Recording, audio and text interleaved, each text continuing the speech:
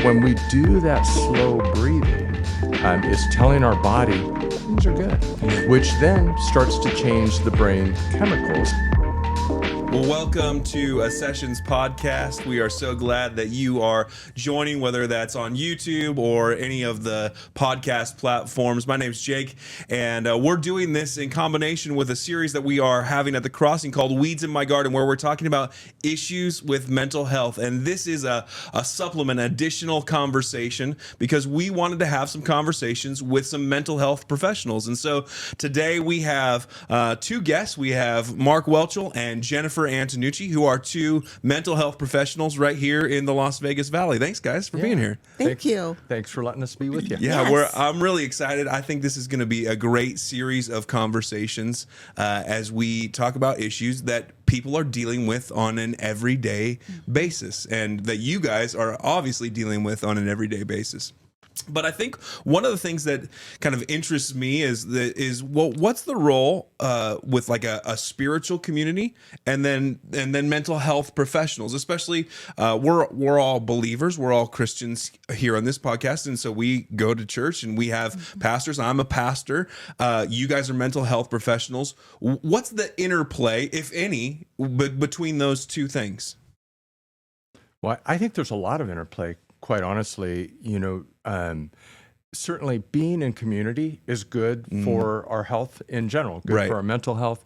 And, research would say that the first people typically someone is going to reach out to is going to be a pastor. And, I spent a lot of years as a pastor myself before becoming a marriage family therapist. And, pastors are kind of like that front line of people coming in for help and can do a lot of help with their flock. And but sometimes pastors themselves would say, well, this is beyond my scope. Absolutely. A good friend of mine said, I kind of do the lube and oil, but when it's really it's getting down into the engine, it's I'm going to send you. And because when I start to have to look up YouTube videos, like we're beyond my expertise. Absolutely. Yeah. Yeah, I think you're exactly right, and I think we need to be honest that there's a place for both of those. I think a spiritual community is great, and it is a sign of what can be healthy in our lives, to be connected with people and to be engaged in a spiritual life. But then there are times where we need extra help, and that's okay. And it's okay to need that. So this week we are talking about worry and anxiety. And I don't even know sometimes I think maybe those words mean different things to different people. And sometimes I wonder, is there any level of is there any point where it's healthy to have a little bit of worry or a little bit of anxiety? Is there any help in that, or is it always unhealthy? That's a great question. I think there's a good balance. I think anything that causes us stress and concern where we're focused on it, where it to an unhealthy degree, it isn't good for us. But I do think, Mark, and I think you'd agree, like the fight or flight, that's God made us that way. We've got to have some anxiety in our lives to help motivate us, to encourage us to change for all of those kinds of reasons. Oh, yeah. And so I think it's beneficial. I think the problem is when it becomes too much. When it's out of control. I'll just be completely honest. I have struggled with anxiety forever, ever since I can remember. Wow. And it's not good because it a lot of times can impact me so negatively that I become paralyzed. But then in a sense, it is good because it has really helped my relationship with God to grow.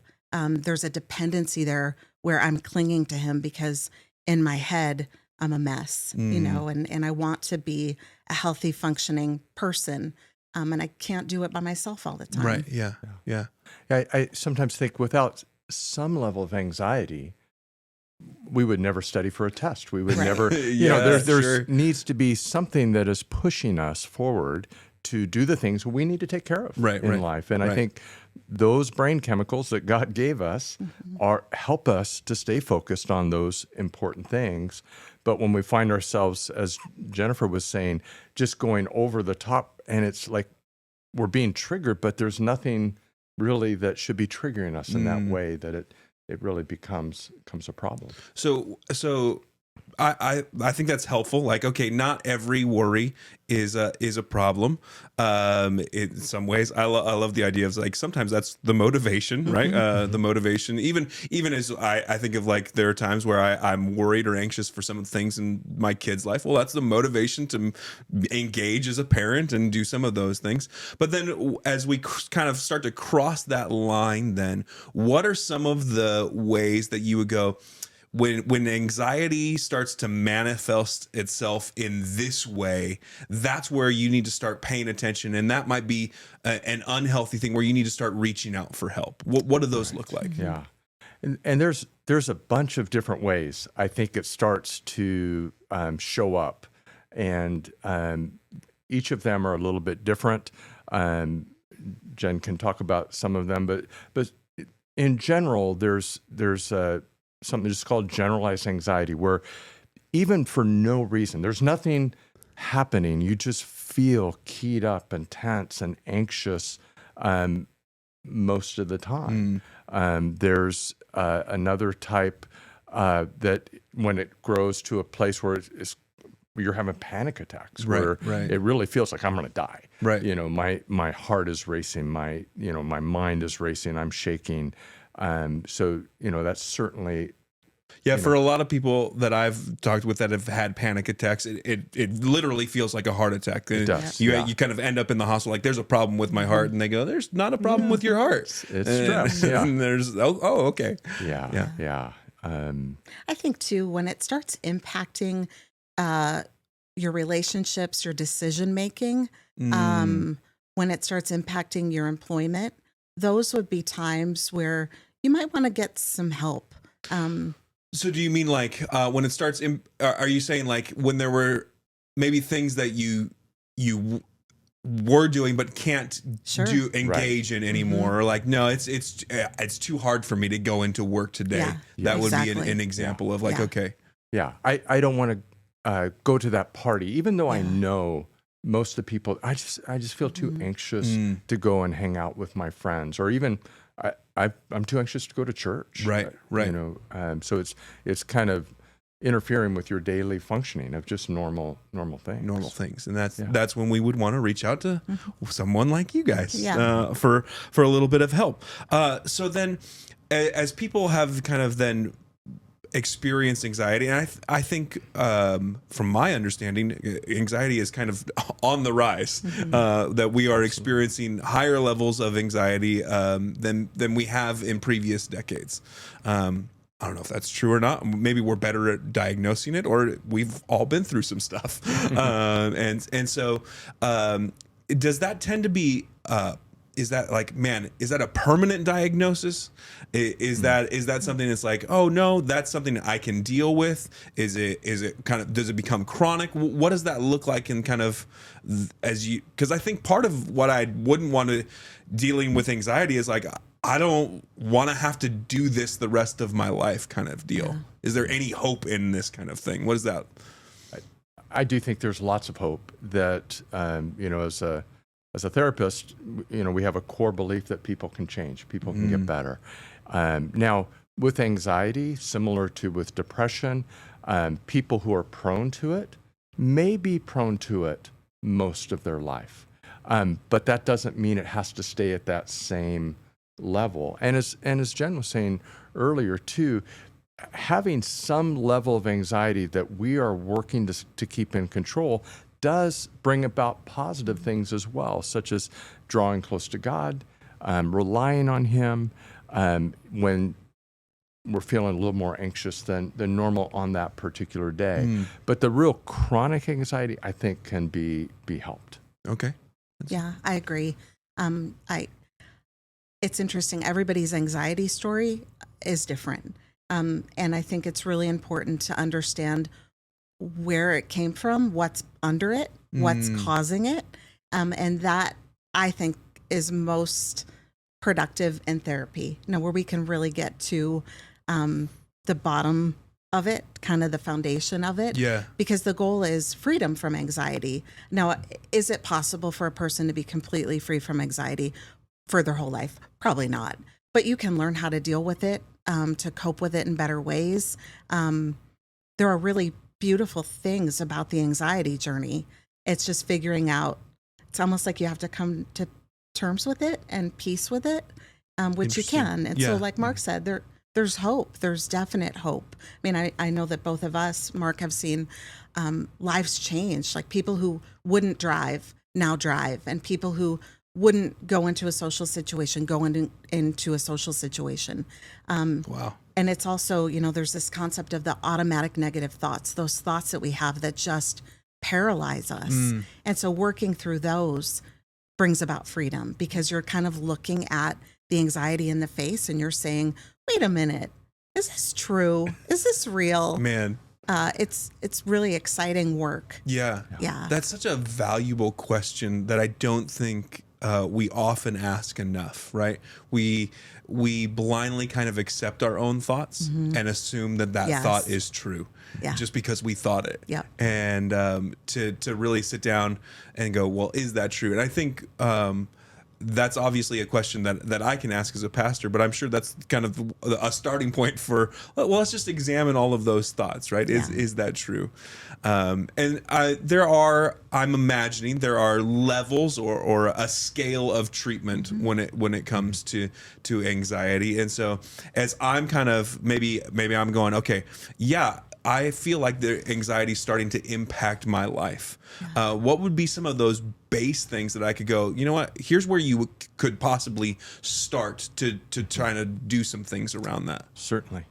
Well, so whenever I have a client coming in who's struggling with anxiety, maybe they've had some panic attacks, one of the places I tend to start with is, and it's actually been helpful for me, because just as Jennifer has said, I had a couple years where I had quite extensive anxiety that I was dealing with. And the thing that I learned about during that time, and certainly in the work that I've done with lots of clients, is focusing first on the body and focusing on different types of techniques to help yourself deal with the anxiety that's there.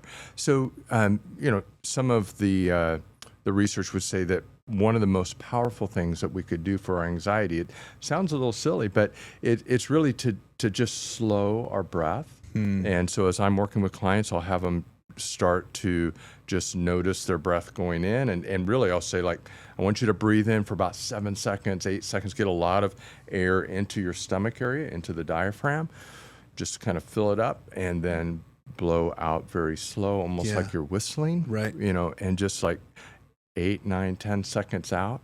And essentially what that is doing in our body, it's doing several things. One is it's taking our mind and it's helping us to focus a little bit more on something other than our worries. We're focusing on air coming in, air going out. So that's a mindfulness kind of technique. It's just bringing us more in touch with our body.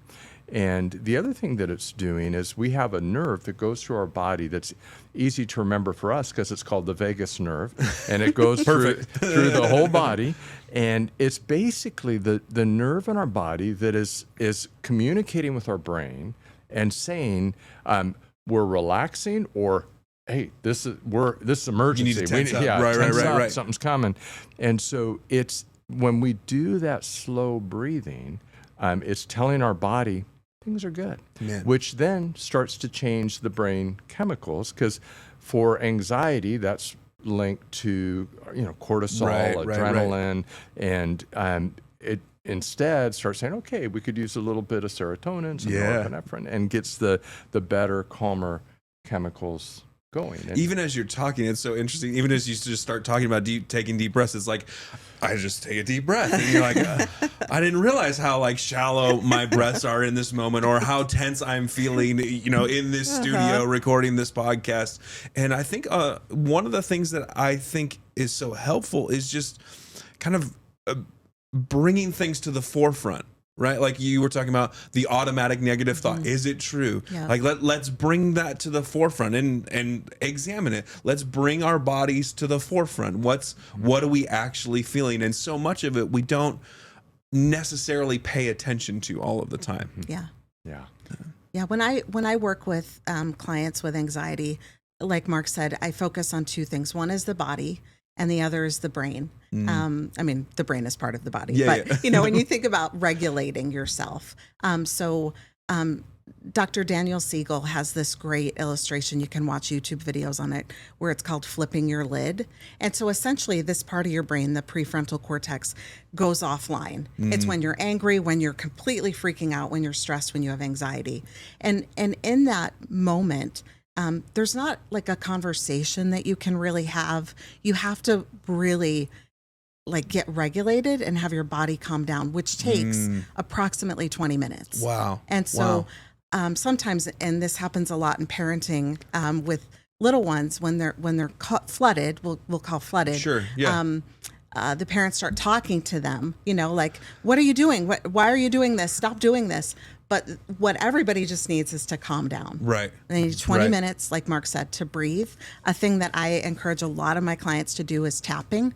So it's right, left, right, left, right, left. Just If you can just do that over and over and over, it helps reset your brain. The right brain, left brain balance is really important. really interesting. Yeah. And so taking 20 minutes, like, okay, I'm freaking out. I've got Right. massive anxiety. Right.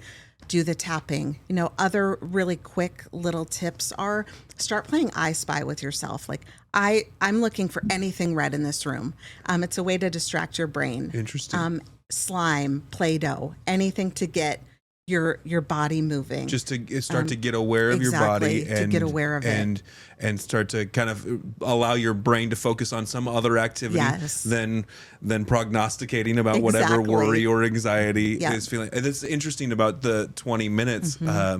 And that's a great example about parenting. I can look back and go, oh, okay. Yep. I've done that can, before. yes. Haven't we all? Yes. And I've done the same thing, you know, with a spouse. Like you immediately try to help or try to solve something. It's like, no, that wasn't, turns out that wasn't that helpful. Or even myself as, you know, as I deal with, you know, in the midst of anxiety, trying to make decisions quickly or try to find the quick fix out of it. Right. That 20-minute thing is just like, no, let's just take a 20-minute break to reset. It's huge. That could be huge. It affects our brain so much to just start focusing on our body and to actually just to put our focus anywhere that other than the worries and anxiety that's there. The another part with breathing that I'll often do, I do it myself and do it with clients, is just doing what I would call a progressive relaxation, where you literally start from the top of your head and you just one muscle group at a time, just relax your whole body. Like if you were to say, okay, I want your shoulders to just feel super heavy. Like just like no resistance whatsoever. Same with your arms, and just kind of go down your body, get to a complete relaxed place. Right. Along with your breathing is super helpful. Especially when I'm working with somebody with panic attacks, I'll teach them how to do that and literally ask them to do that every day. Wow. It takes about 15, 20 minutes. Sure. But to do that exercise daily, at least for the first week. And essentially what you're trying to do is balance out the brain a little bit. Right. You know, get it a little more so that you have some of the good chemicals along with some of the more anxious chemicals going, and that it's just kind of resetting. I like the idea of like there are things that we can do and exercise on a daily basis, just like we would have, you know, a workout routine for our body. There are practices that we can engage in that will lead to a healthier way of being and a healthier way of living. And I think we kind of all see that and recognize that, like, oh yeah, if I exercise and eat right every day, then I am on a track to get healthier. And so it's helpful to have some things and hopeful to have some things and go, okay, if I can engage in some small practices every day, that will lead toward longer term health over the course of my life. I was thinking as you were talking, one of the things that I've always in moments of stress and anxiety that I have always turned to has been singing worship, because I love to sing worship. And I think there is absolutely a spiritual aspect to that. But even as I think about it, it's like I'm singing lyrics. It's engaging my brain in a different way. In order for me to sing, I've got to take some deep breaths and kind of let that out. And so it's interesting that like those things, some of those spiritual practices actually line up with some of our body and brain chemical practices that lead into some of those ways. There's some fascinating research that goes right along with what you're saying, that doing spiritual disciplines, spiritual practices is good for anxiety, for our mental health, for depression, for that it's putting good, truthful things into our brain that they're just true in general. You're right, but they're also super helpful in how we approach life in the world.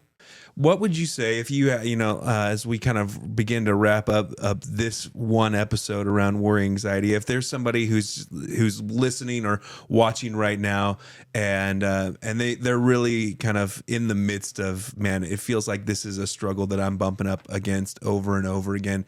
What is a thing or two things that you would say to them wherever they find themselves? Yeah. I would start by saying you're not alone. I mean, you're listening to two therapists who both struggle with anxiety. And I haven't met very many people who don't. And so it's just learning what to do with it. It's learning how to handle it in a better, more healthy way. For me, like I shared, I've struggled with anxiety since I was a little girl. And some of the things that are helpful for me are I've got some Bible verses memorized and ready to go. And so like for me, really simple, be still and know that I'm God, which when I say it to myself is just like, Jen, calm down, be still. Right. God's taking care of you. Man. God's got you. So things like that, those practices. Yeah. I have a lot of practices that I go through to help manage it, because sometimes I can't just say, stop being anxious, right? Yeah, like I've rarely found that's helpful. my magic wand is broken. And so I've got things that I do to help myself, to regulate my body, my brain, to draw closer to God in those moments. And so you can learn that. Anybody can learn that. Wow. That's great. Yeah. And I would add to that too, that having, if possible, an extended time, either for me, it's the morning. For other people, it might be evening, where you do just spend time in quiet, relaxing, being with God. I try to every morning just spend some time renewing my mind, reminding myself of what is really true, who's really in control of this world, and just resetting. And that's so important. Yeah. And now it'll sound like a commercial because we're both therapists, but truly, if you found that you're having panic attacks or phobias or things that are just controlling your life, or just anxiety that is controlling your life, it does help to talk about it. Yeah. Whether it's a professional, whether it's a pastor, whether it's your community of friends, but just being open, talking about it, and then starting to adapt some of the tools that a therapist or a pastor would give you can be very helpful. Wow. Well, this has been Sessions Podcast as we go through a series called Weeds in My Garden, talking about mental health issues that we all face. I think that's one of the things that we're walking away from here. And we hope this has been helpful as we continue this conversation. And we hope that you get to join us for our next episode.